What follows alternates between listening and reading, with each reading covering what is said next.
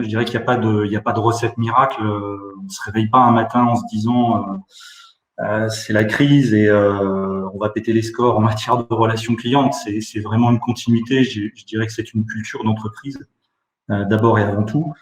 Une petite anecdote, moi je suis rentré au sein du groupe il y a 25 ans.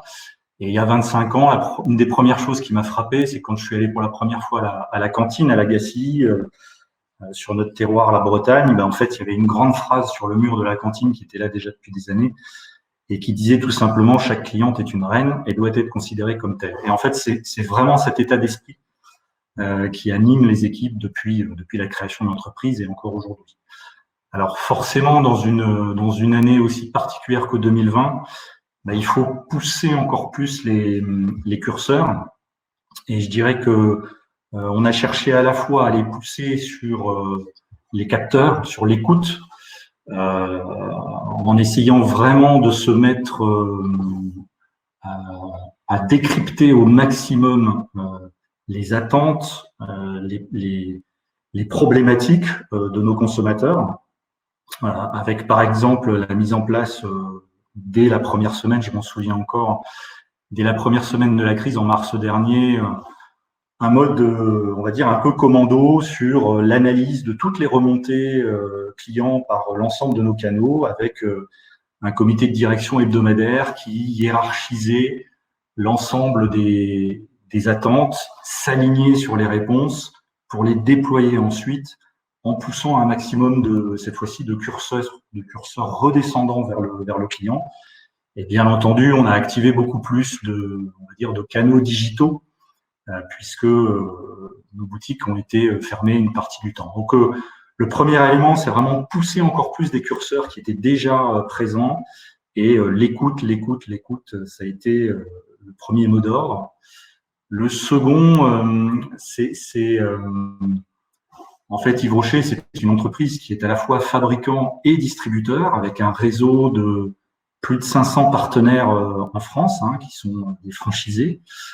Et donc, notre toute première préoccupation, ça a été, je crois que c'est Pascal Desmurger qui parlait de symétrie tout à l'heure, ça a été de préserver cette symétrie. Et donc, en fait, notre première priorité, ça a été de rassurer notre réseau de franchisés. Pour vous donner une petite idée, 72 heures après l'annonce du premier confinement, elle savait de quelle manière on allait les accompagner, les soutenir, notamment financièrement, pour traverser cette crise, parce qu'il était pour nous inconcevable de procéder autrement que d'avoir à nos côtés, serein autant que possible, notre réseau de partenaires avec leurs 7000 conseillères de vente pour affronter cette crise et puis se mettre à l'écoute des consommateurs, parce que finalement, ce sont nos partenaires qui sont le plus en contact avec nos consommateurs et nos clients finaux. Autre petit exemple, lors du déconfinement, cette fois-ci, il y a eu tout le sujet des mesures barrières, dont il a fallu inventer les protocoles au moment de la réouverture des boutiques. On a fait le choix d'ouvrir un jour plus tard que le décret nous en donnait l'autorisation, tout simplement pour laisser une journée complète à nos équipes sur le terrain, dans leur point de vente, pour s'approprier ces nouvelles mesures et être le plus à l'aise possible au moment où le public allait revenir. Et Dieu sait qu'il est revenu en nombre, puisque, voilà, pour nous, je dirais, juste pour conclure ce petit passage, pour nous, le commerce, c'est d'abord du lien humain, et c'est ce dont on a tous été privés, en fait, pendant cette crise sanitaire. Et donc, nos boutiques étant des boutiques de proximité, on a vu tout de suite, dès que ça a été possible, beaucoup de consommateurs revenir sur le point de vente physique. Voilà, donc vraiment une question d'état d'esprit.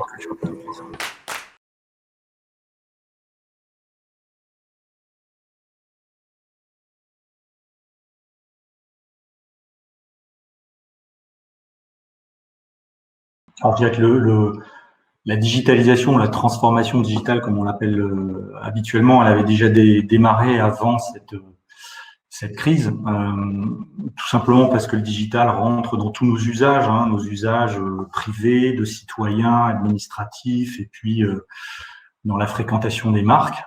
Maintenant, bien sûr qu'il a été très accéléré pendant cette année 2020 particulière. Hein, la part de chiffre d'affaires réalisé sur le digital a atteint 25%, ce qui est pratiquement 10 points de plus qu'en 2019, tout simplement parce que les boutiques étaient fermées pendant un tiers de l'année.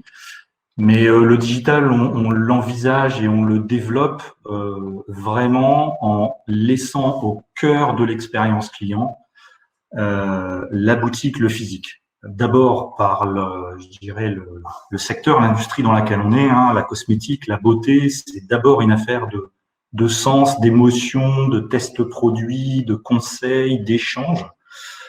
Et il est extrêmement important que ça demeure comme tel. Et puis parce que, encore une fois, je dirais que notre fondateur s'était fixé cette mission de démocratiser la beauté. Donc, on est vraiment une enseigne de proximité. Le digital permet de la proximité, mais il est clair que cette relation humaine, ce lien physique avec le consommateur est absolument essentiel.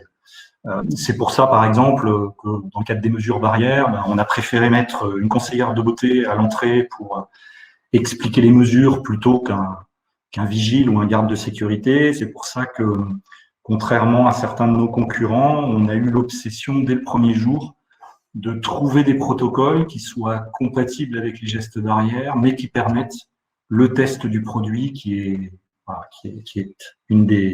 un des gestes essentiels quand on fait un achat beauté, qui est à la fois un achat raisonné, mais un achat plaisir aussi. Et pour conclure, je dirais que on est tous à la recherche de ce Graal, qui est finalement l'équation gagnante, ce serait de réussir à concilier l'émotion d'une relation avec les services, la fluidité, la facilité que permet le digital. Alors nous, on expérimente une de ces recettes, pas en France, en Italie, avec un nouveau mode de vente dans lequel on croit beaucoup, qui s'appelle le social selling, qui est en fait un réseau de consultantes. Elles sont, par exemple, pour la marque Yves Rocher en Italie, elles sont 160 000. Ce sont des hommes et des femmes, beaucoup de femmes, qui, sur leurs réseaux sociaux, animent en fait des communautés. Alors ça démarre par leur famille, leurs amis, mais certaines ont des communautés de plusieurs milliers de personnes. Elles sont commissionnées pour les ventes qu'elles réalisent sur ces communautés, sur ces réseaux sociaux. Et elles le font avec, je dirais, avec leur personnalité, leurs émotions, en utilisant beaucoup la vidéo. Donc voilà, c'est peut-être un modèle qui permettra de continuer à capitaliser sur ce lien humain qui est essentiel, mais tout en mettant une très forte dose de digitalisation.